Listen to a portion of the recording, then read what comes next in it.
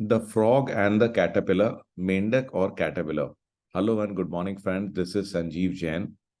तो एक बार जो है एक फ्रॉग जो है वो एक फिलोसोफर था।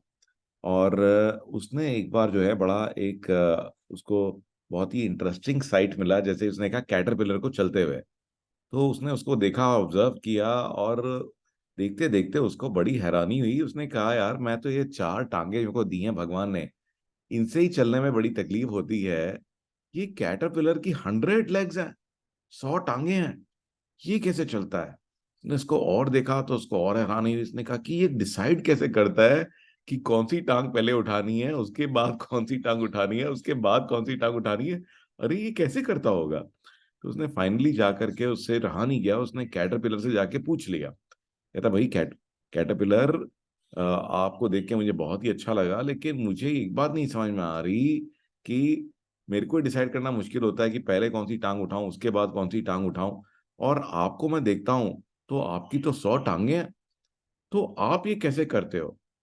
तो कैटरपिलर ने कहा कि अरे इसमें क्या है, मैंने तो कभी इसके बारे में सोचा ही नहीं, मैं तो पूरी जिंदगी से चल रहा हूँ इसके अंदर में, और मुझे कभी कोई परेशानी ही नहीं हुई। तो ये कोई सोचने की बात थोड़ी है। उसने कहा नहीं नहीं नहीं, ऐसे नहीं, आप मुझे उल्लू मत बनाओ, आप मुझे सही से बताओ, एक बार आप सोच के बताओ कि आप पहले कैसे डिसाइड करते हो कि कौन सी टांग उठानी है, उसके बाद कौन सी उठानी है, उसके बाद कौन सी उठानी है। तो आप जरा एक बार सोच के मुझे बताओ, मेरे को बहुत ही इस चीज को लेकर के सरप्राइज है, अचंभा है कि ये कैसे होता है। तो कैटरपिलर ने कहा अच्छा चलो, मेरे को 2 मिनट दो, मैं सोच के बताता हूँ। कैटरपिलर सोच में पड़ गया।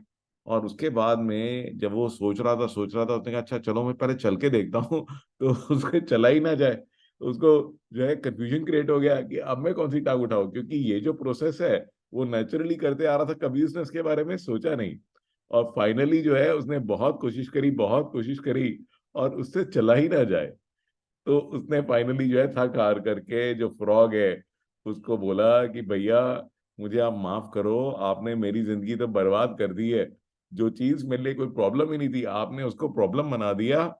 और अब जो है मेरी आपसे एक ही रिक्वेस्ट है कि भैया आप जो है ये क्वेश्चन किसी और कैटरपिलर से मत पूछना।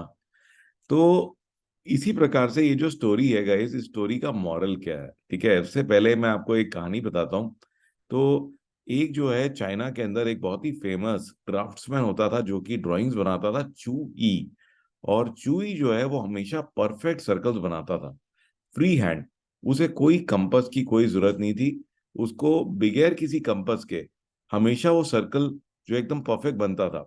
तो उससे लोगों ने पूछा कि भाई ये चूई, ये तुम कैसे बनाते हो, कि ये हमेशा परफेक्ट सर्कल आप कैसे बनाते हो। तो चूई ने कहा इसमें है ही क्या, ये मेन चीज तो क्या है कि आप लोग घबराते हो, आपका डर है। तो अगर आप देखोगे कि परफेक्ट सर्कल बनाना, नेचर में सब जगह में परफेक्ट सर्कल ही बनते हैं।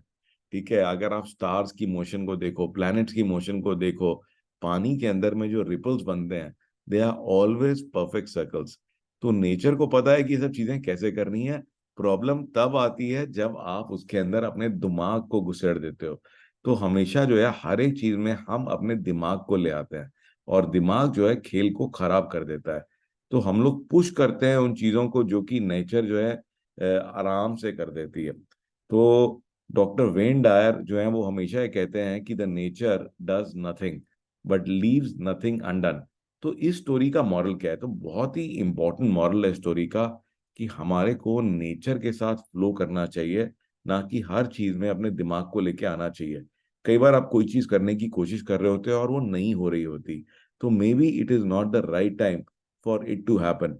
तो बहुत सारे लोग चाहते हैं कि मैं इतना ग्रो कर जाऊं, बट उसके लिए वो तैयार नहीं है। ठीक है। तो इसी तरह से मैं देखता हूँ कई बार कि मैं कुछ कर रहा होता हूँ या कोई मैं इंपॉर्टेंट चीज करने की कोशिश कर रहा होता हूँ, और उस समय पे कोई और इंटरप्शन आ जाती है, जैसे कि कोई आप टीवी शो देख रहे हो बट लाइट चलेगी तो आपको इरिटेशन होती है। तो इरिटेट होने का कोई फायदा नहीं है। इसका मतलब यह है कि नेचर आपसे कह रही है कि नहीं, ये सही टाइम नहीं है इस काम को करने का, मे बी इस समय कोई और चीज करनी ज्यादा जरूरी है। तो बी लाइक वाटर। तो जो कुछ भी हो रहा है उसका साथ दें। पानी अपना रास्ता खुद बना लेता है। तो जो कुछ भी नेचर आपसे कह रही है उसको ध्यान से सुनिए।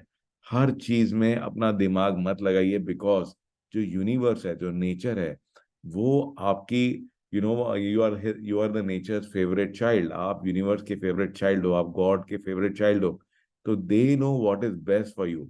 तो कई बार जो है कोई चीज अगर नहीं हो रही है तो listen to what nature is trying to tell you, कि उस समय कोई और चीज करना ज्यादा जरूरी है।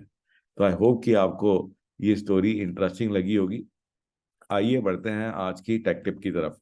तो एक बहुत ही जबरदस्त टूल जो कि मैं आजकल डेली बेसिस पे यूज करता हूँ वो है AI.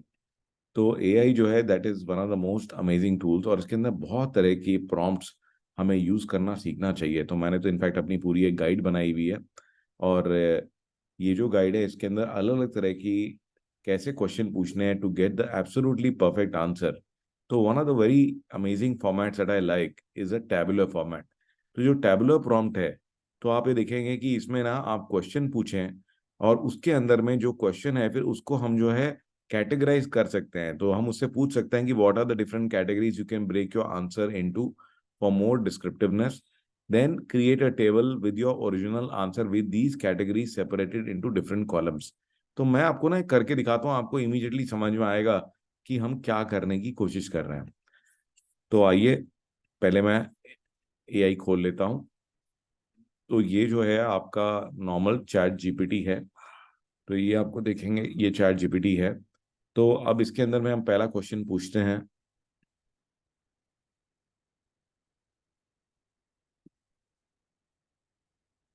Please list the top 5 travel destinations in India.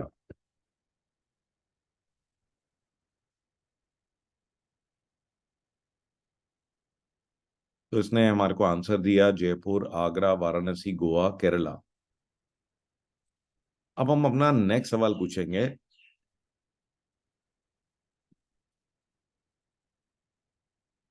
What are the different categories you can break your answer into for more डिस्क्रिप्टिवनेस।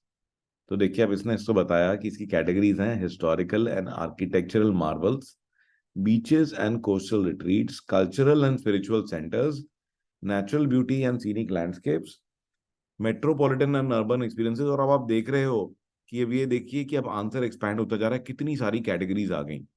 अब नेक्स्ट जो हमारा थर्ड क्वेश्चन होगा,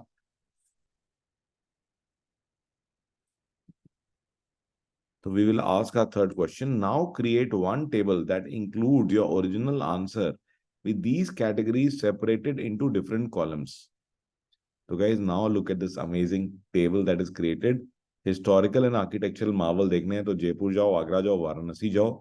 बीचेस देखने हैं तो गोवा चले जाओ। Cultural and spiritual city centres देखने हैं तो वाराणसी और Kerala. Natural beauty and scenic landscape देखनी है तो केरला चले जाओ। मेट्रोपॉलिटन और अर्बन एक्सपीरियंसेस चाहिए तो Delhi and Mumbai are the best. Adventure and trekking के लिए you can go to Himalayan reason.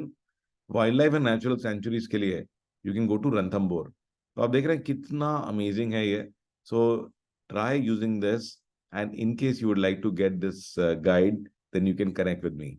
Thank you so much. I hope to C you in my next story.